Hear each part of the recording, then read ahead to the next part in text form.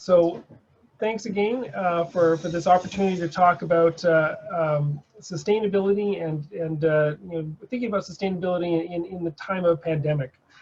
So my name is Mike Gifford. I'm the president of OpenConcept Consulting, and we do a lot of work with accessibility, work with open source, open government, but we're very keen on sustainability because it's an issue that absolutely affects us all, and something it's really vital for us in terms of our survival on this planet. And so I wanted to go through some of the elements that we should all be thinking about, and because this is a tech event or a tech presentation, I'm sure that you're worried about having lots of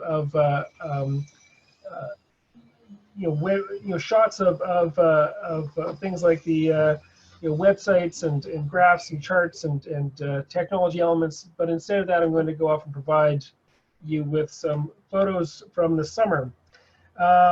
So initially, I wanted to think about the cloud, and people are talking about the internet and talking about the cloud, and this is a really important thing for our modern digital society, and it's something that so many of us are beginning it's becoming a critical part of our lives in the last 5 or 10 years. But most people aren't aware of the environmental impact that the cloud has. So and what the internet has. So right now, there is estimated that that the entire electrical grid, about 10% of the electricity produced, is going to support information communications technology, or the internet in general. So that's all of your devices at home, as well as all of the networks that are connecting you to others.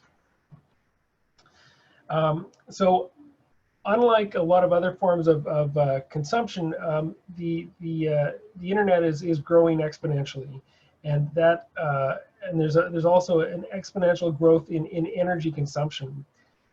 So we're seeing more and more requirements for data centers to store and organize the information that we're collecting, whether it's our photos or whether it's AI algorithms or open data initiatives. All of this takes energy, and we're using more and more energy as part of this.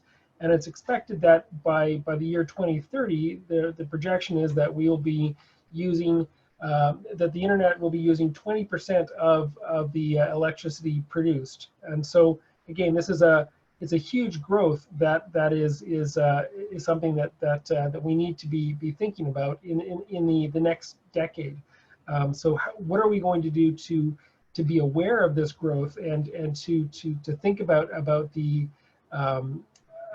impact of this technology, which doesn't have we don't see the visible impacts of it, because it's just clean energy piped into our homes, and then we forget about what happens after that.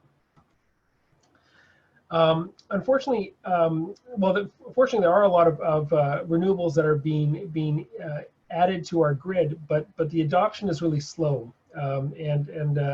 I had to feature this picture of a slug here, because that's the pace with which renewable energy is being adopted compared to the rate that we needed to be adopted globally, particularly when we're dealing with the energy that's being used to power ICTs. Right now, only 27% of electricity globally is being powered by renewable energy, and again, a lot of the internet infrastructure is not being generated just in our area. Like with Ontario and Quebec, we've got quite a lot of clean energy from Ontario Hydro and from the Quebec Hydro. We've got a very clean grid to work on, but the internet doesn't work just in Ontario and Quebec. You're dealing with the servers that are often in the United States or in Europe, and places that aren't necessarily filled with as much abundant hydroelectric power as we have.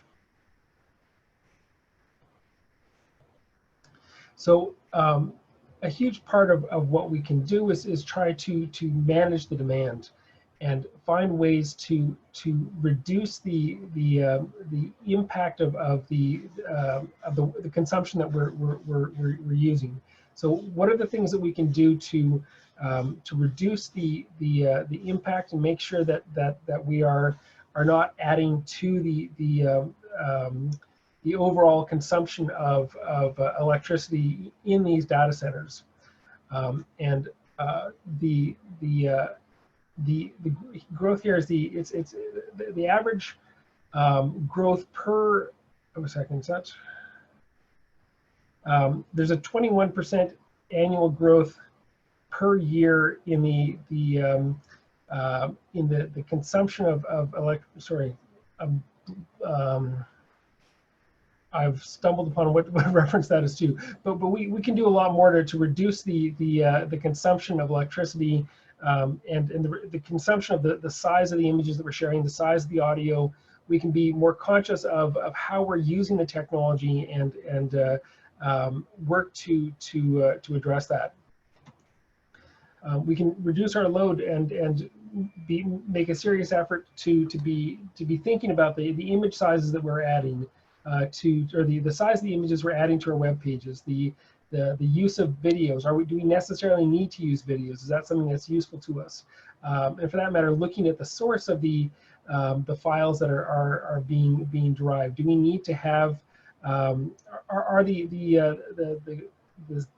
videos that we're storing and the other tools, are they stored on services that have that are powered by renewable energies? All of the stuff is something that can be very, these are things that we can look at as individuals and especially as organizations. What can we do to try and be conscious of the images that we're using, the sound, the size of the images, and to build that into our contracts, build that into when we're looking for people to build our websites or to buy technical services, to ask them questions to make sure that we're addressing this. So I think that the average web page has grown. I think it's 16% per year is the average increase in web page size. It's the average web page is now almost 4 megabytes, where it was considerably smaller than that a decade ago. And partly this is just based on the capacity of our technology and the bandwidth and the demand that people have for big, beautiful images. But we can do better to try and optimize that when we're using our technology and be conscious of the images that we're building into our presentations. So with COVID, it has really changed the rate of uptake of this technology. We're used to having there was, I guess, a certain projected rate of increase of ICT usage, and with everyone having to work remotely, that's grown considerably.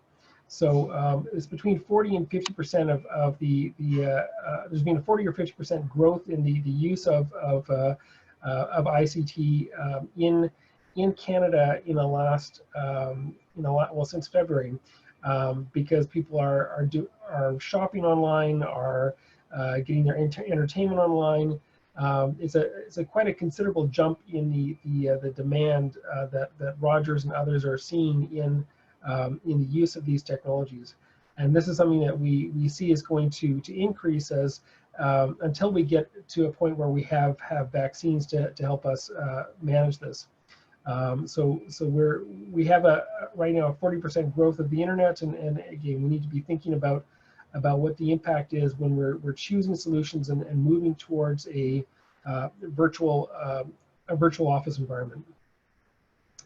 But it's also a great time to imagine how things can be done differently. We can look at ways that we're using this technology and look to ask our suppliers and ask our communities, what are they doing to reduce their impact, and are there ways that they can be more conscious of the technological choices that they're using, and look at the weight of their impact on the internet, and to use this time to think about the choices that they're making and be conscious about them so that we can move towards a zero footprint for the internet, which is a huge challenge. And I've got a slide here with if you want to go far, sorry, if you want to go fast, go alone. If you want to go far, go together. It's a big challenge to reach, to get to a point where the internet does have a zero carbon footprint. But we can get there if we work together. If we're looking at what is the technology that we're using, if we're working with our vendors to make sure that they're being powered by zero carbon suppliers, and if we're looking upstream when we're thinking about the technology that we're using and giving a priority to those services that are taking that are taking being carbon neutral a priority. I want to leave you with 4 websites, one of which, of course, which is the EnviroCenter. But websitecarbon.com is a wonderful website that allows you to look at to calculate the CO2 impact of any website. So again, you can just type in websitecarbon.com and then put in a URL for the website that you'd like to evaluate, and it'll give you a number, the number of grams that a page load takes for that website. Also, the Green Web Foundation is a great site that highlights information about where the green hosts are, and if your server is sitting on and is powered by renewable energy. So yeah, that's the Green Web Foundation, and that's a great resource. And also from Canada, there's a website called Serving Green that highlights some of the important reasons why we need to look at evaluating our websites and looking at ways that we're reducing the impact of them. And so thanks again, and really appreciate your time at this point.